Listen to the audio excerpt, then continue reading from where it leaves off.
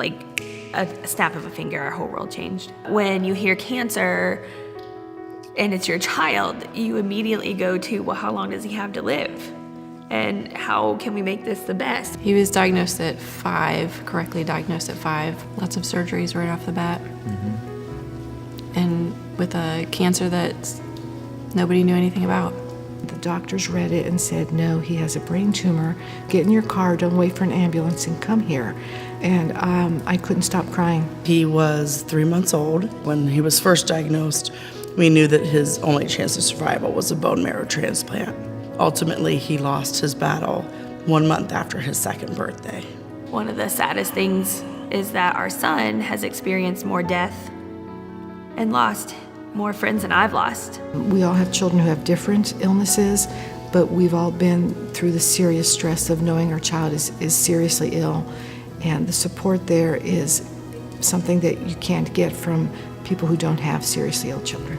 They need it so badly because friends and even family members turn away when they hear that word cancer. They're afraid of what that means and what that could happen, what could happen. And finding each other, people who have walked the same walk and gone through the same thing, is the biggest blessing, the biggest gift that Nick and I could ever have given them.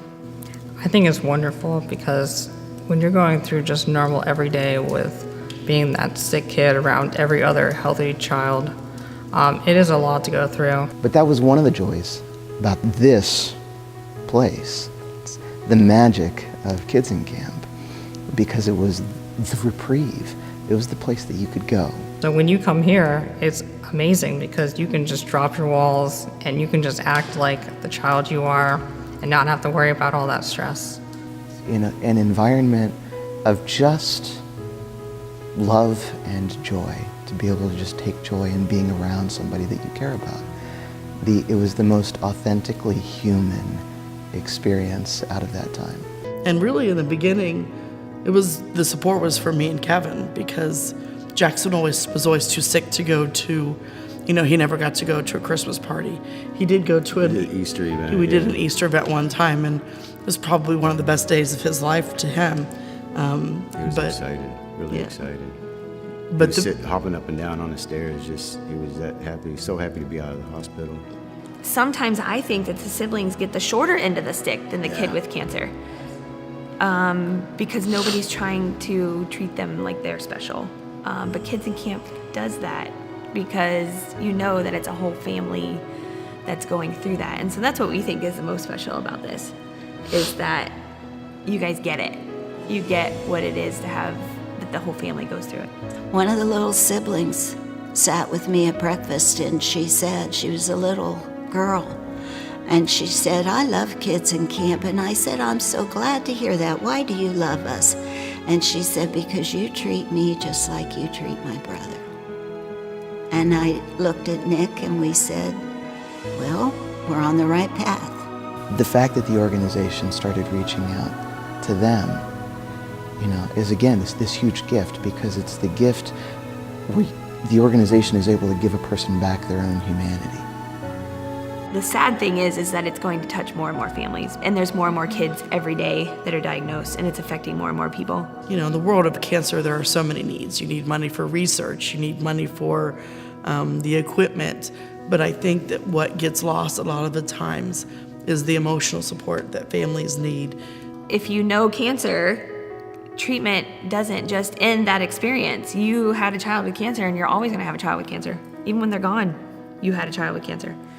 So not only do they pay attention to the whole family, but they realize that life continues to happen outside of treatment.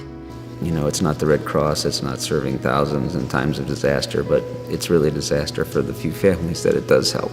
But after we lost him, that was the only organization that really allows you to be a part of that family still. So that's when we needed them the most. When you're going through treatment, you need people, but you have to do what comes next. If you're looking at a cancer family and you're asking what to do for them, donate or give your time to organizations like Childhood Cancer Family Connection.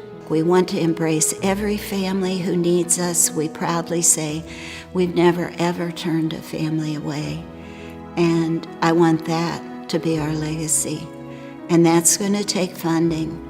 So we hope that people give to Kids in Camp, give to the Childhood Cancer Family Connection so that our work can continue. Children are being diagnosed every day, and children are dying every day.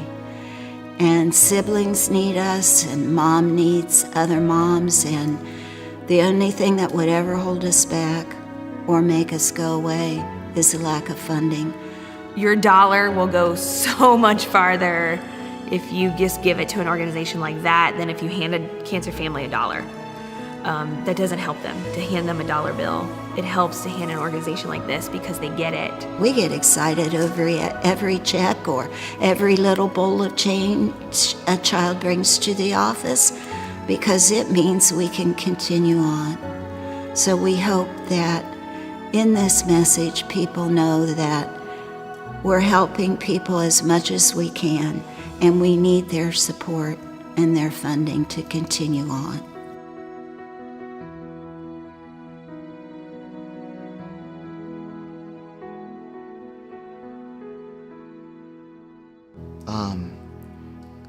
So yeah, I can't think of anything else. Give Kids in Camp all of your money.